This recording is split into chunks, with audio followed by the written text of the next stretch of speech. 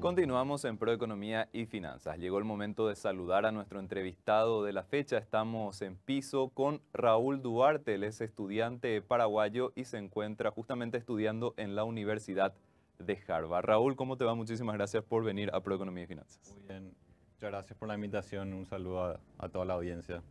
Raúl, en líneas generales, la economía paraguaya y los procesos que viene viviendo nuestro país en términos de su economía. Sí. ¿Cómo te parece que está atravesando Paraguay?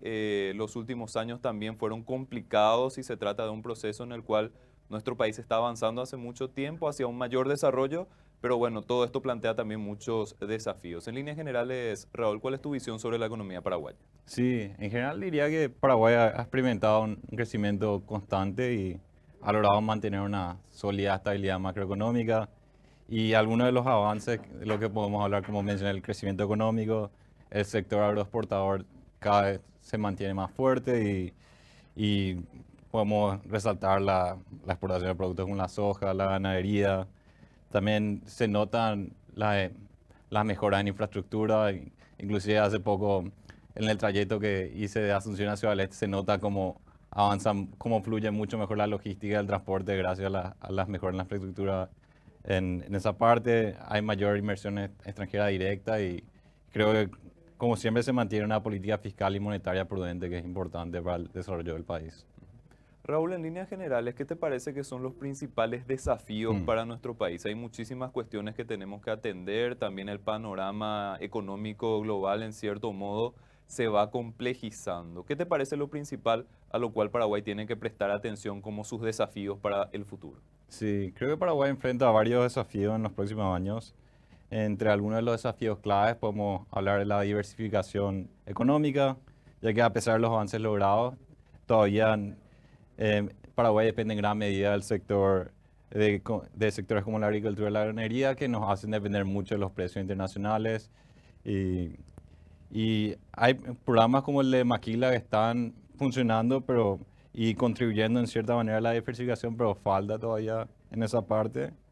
La calidad educativa también es algo muy importante, el capital humano del país em, es, es un capital esencial para el desarrollo de las nuevas capacidades. Había mencionado la infraestructura, la logística, igual todavía falta todavía en esa parte. El combate a la pobreza y la desigualdad. Luego también la innovación y el desarrollo tecnológico es algo que todavía no se está priorizando demasiado en el país, pero eventualmente vamos a llegar al punto en donde sí nosotros vamos a tener que estar innovando y no solo absorbiendo innovación y conocimiento de otras regiones. Y luego también mejorar el Estado de Derecho en el país, que es algo muy importante para las empresas, inclusive para no tener tanta incertidumbre en dónde invertir. Y entonces es algo importante en mejorar el Estado de Derecho, que es un proceso de varios países en la región también. Raúl, en Paraguay siempre se resalta la fortaleza de los indicadores macroeconómicos. De hecho, que también lo resaltaste Sí. dentro de este proceso que viene atravesando la economía paraguaya. Pero si nos referimos a la microeconomía, que es más tu campo, ¿qué te parece que podríamos nosotros resaltar acerca de la realidad paraguaya y de los procesos que viene atravesando nuestro país? Sí, existen varios aspectos relevantes, se pueden analizar del lado microeconómico en Paraguay. Por ejemplo, podemos hablar del sector empresarial y el emprendedurismo, donde se observa un crecimiento de este sector y ahí están surgiendo nuevas empresas y startups en diversos sectores. Sin embargo, aún existen desafíos, por ejemplo, en términos de acceso a financiamiento para, para estos nuevos emprendimientos. Otro tema importante es la informalidad laboral. La economía paraguaya sigue enfrentando un alto nivel de informalidad, especialmente en comercio minorista. Y esta situación presenta desafíos para garantizar derechos laborales, protección social y un entorno más equitativo para los trabajadores. También había mencionado el acceso a servicios financieros, acceso a servicios financieros como crédito y servicios bancarios han mejorado, pero aún persisten limitaciones en cuanto a esta inclusión financiera. Y como había mencionado antes, también la innovación y la tecnología, eh, al país todavía le falta un poco más de promoción a la innovación y un poco más de inversión en esa área. Y capaz, como había mencionado antes, también creo el Estado de Derecho entra también del lado más microeconómico, también es algo que se tiene que ir puliendo a poco también. Raúl, mencionaste muchísimas cosas que son muy importantes para nuestro país, pero quiero hacer un pequeño Sí, énfasis en el tema de la informalidad. Se tiene un amplio debate en Paraguay acerca de cómo la informalidad afecta a la economía y cómo hay diferentes cuestiones que se ven afectadas dentro de nuestro país por nuestros altos niveles de informalidad. En líneas generales, Raúl, ¿te parece que este tema también es parte de lo que debería ser la agenda, no solamente de las próximas autoridades, sino una cuestión que nosotros como país tenemos que enfrentar en Latinoamérica? Hay altos niveles de informalidad, no es una cuestión solamente de Paraguay, totalmente. pero tenemos que ver nosotros también la forma en la cual podemos encarar una problemática que genera muchas distorsiones para la economía. Sí, totalmente. Depende mucho del gobierno también cómo se le facilita la formalización a la empresa y a este sector.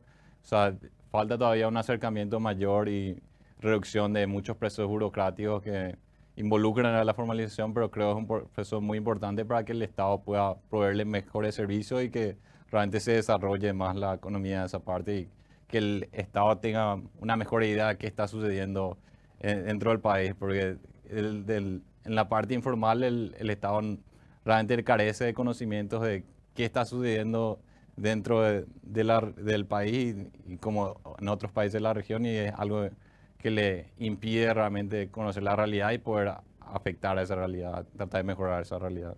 Sobre todo también porque en la medida en la que la informalidad o el mercado informal, mercado en negro, tiene una amplia participación o es muy grande, también hay mucho desconocimiento acerca de qué es específicamente lo que pasa en este tipo de mercado, Sí, Raúl. Porque en el mercado formal uno tiene más la posibilidad de tener estadísticas, ver tendencias, ver las necesidades, identificar quiénes son los que operan, cómo operan, pero evidentemente en una economía informal, una economía que opera en negro, no tenés ningún tipo de registro ni de idea exacta de qué es lo que está pasando y esto limita mucho también lo que son las políticas públicas, por ejemplo. totalmente, sí. Y a la vez creo que en algunos casos puede ser un poco distorsionador también si hay maneras de escapar ciertas regulaciones o escapar ciertos tributos que permita a ciertas empresas informales a tener una ventaja que capaz no permite que haya una competencia más equitativa entre empresas, pero como mencioné también depende del Estado de reducir las barreras a la formalización para que realmente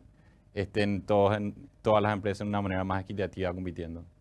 Raúl, si nos referimos a las prácticas de mercado, a las prácticas de producción y a lo que es, por ejemplo, el bienestar financiero de la ciudadanía paraguaya, ¿qué te parecen las cuestiones principales que podemos apuntar en estos aspectos que se relacionan tal vez un poco más a lo que es la microeconomía precisamente? Sí, sí, creo que ahí voy a ir de nuevo al tema que había mencionado, por ejemplo, de fomentar un poco más de la educación financiera, que es fundamental para promover el bienestar financiero de la ciudadanía. Esto implica brindar conocimientos y habilidades en la materia de gestión financiera personal, ahorro, inversión y uso responsable del crédito. Am, Tengo conocidos que a veces toman crédito sin realmente entender cuáles son los términos y también tengo amigos que son empresarios o importadores y realmente para poder crecer tu empresa es necesario poder tener un capital importante, pero también entender bien cuáles son los términos y cuáles son las opciones financieras disponibles.